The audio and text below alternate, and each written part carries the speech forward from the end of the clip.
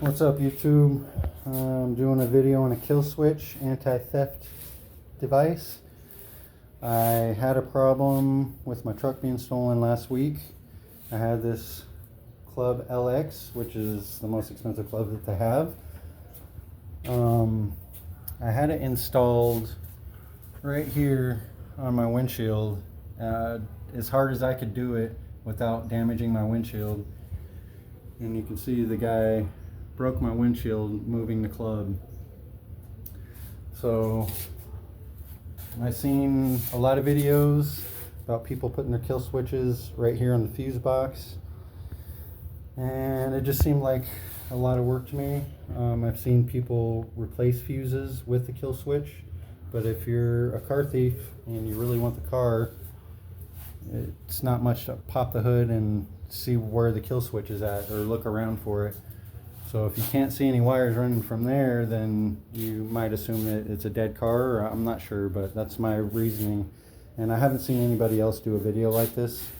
So first of all, I've already done all the work. I'm just going to kind of walk you guys through it. Yes, it's not recommended to have vice grips on your battery or use that for a wrench, but it's just a quick on and off for me. I know there's going to be critics, but this is the most important part.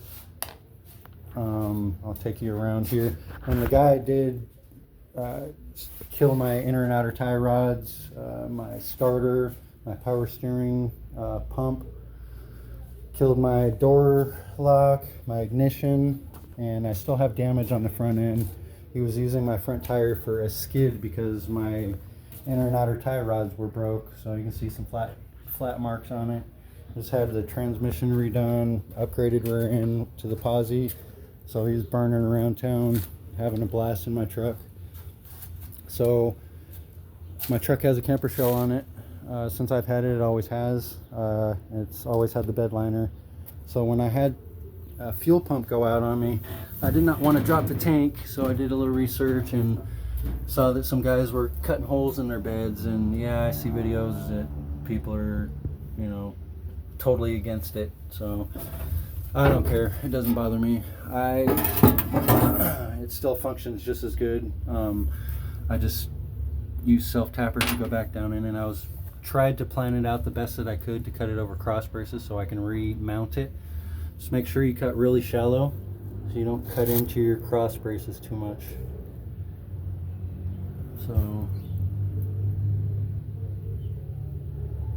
But now I have something to screw my hatch down to, and it does line up pretty good. I tried to cut it in a lap so it wouldn't be so noticeable if the bed liner was off for some reason. Anyways, so I was able to get to my fuel pump, and yes, I did have some problems with this thing not working.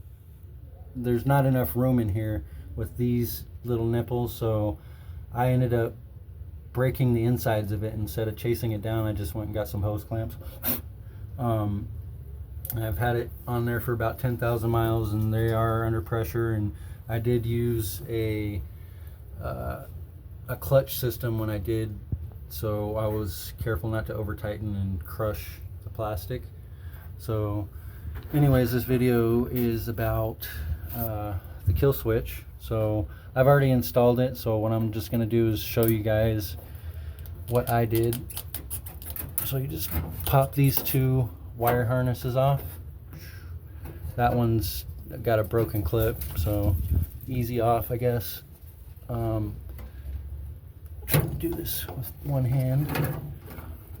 So what I did was I did a little bit of research, and I found out that there's 4 wires.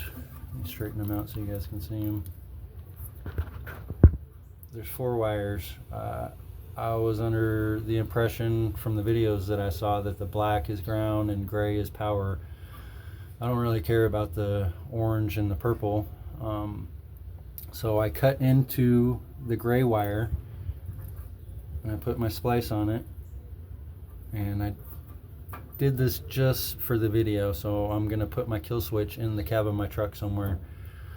But I'm gonna go ahead and hook it up so you guys can see. So It comes out of the wire harness gray. I got my jumper going to one side of the kill switch, and the other side of the kill switch is going to the brain of the car, basically where the power comes from. So I'm going to reconnect it.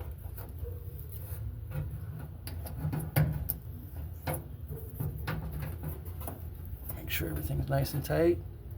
And I'm not a mechanic. I'm a carpenter, construction worker, remodeler, so I can do some interior electrical and stuff like that, so I didn't think this was too far-fetched for me to accomplish. So I got the wiring harnesses back on. I'm gonna plug in the battery.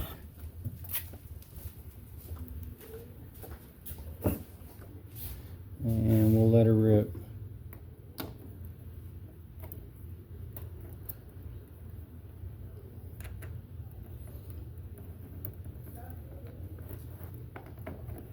Trying not to cross-load my battery here. And I'm just gonna put this clamp on there just to make it finger tight. Let's come over to the truck and we'll give it a go. Sorry, it's an old work truck. I just rolled over 300,000 miles.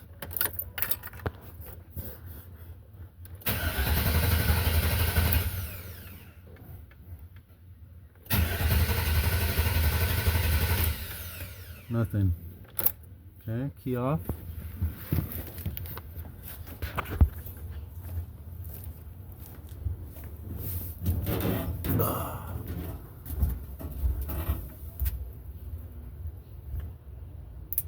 Kill switch on.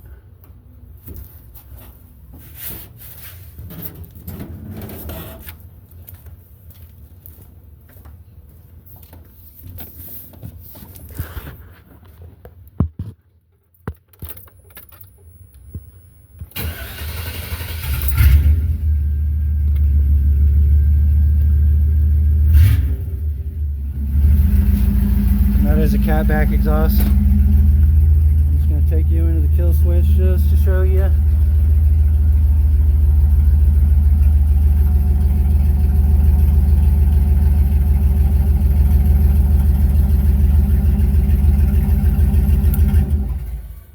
Dead. So there it is, guys. I'm going to reroute this. I'm going to redo my wiring and put it inside the cab somewhere. I'll probably be just as creative as installing the kill switch and where I put it. So, hope you guys enjoyed it. And again, oh, real quick, let me just take a measurement for those that want to cut this in the right spot instead of doing exploratory surgery like I did. The cross brace is basically 3 3/4 to the center of it for the front one against the bed. The back one is 17.5, and I guess we can go off of the sidewall over here. Trying to do this with one hand. Let's butt into this sidewall right there because there's like a little hump, like recess, so we'll go to the flattest part. And to the center of the fuel pump, I'm looking at 22 inches. So you want to give yourself a little bit of room for play. I cut it really close on this side, but I was way big on that side. So you can probably do 12 inches to 26 inches. But that's completely up to you if you decide to do it like this. Like I said, I don't care because I have self-tapping screws I can put it back down into, and then I have a bed liner that covers everything. So hope you guys enjoyed the video. Oh yeah, and by the way, I used 16 gauge wire and a 10 amp kill switch. So, and then the only pieces that I used were these two connectors, which aren't even full. I haven't even, they're still loose. So these two connectors, which you just crimp on, and these two blue connectors, which are also crimp on. So hope you guys enjoyed. Try not to short your truck out while you're playing with the wires. Later.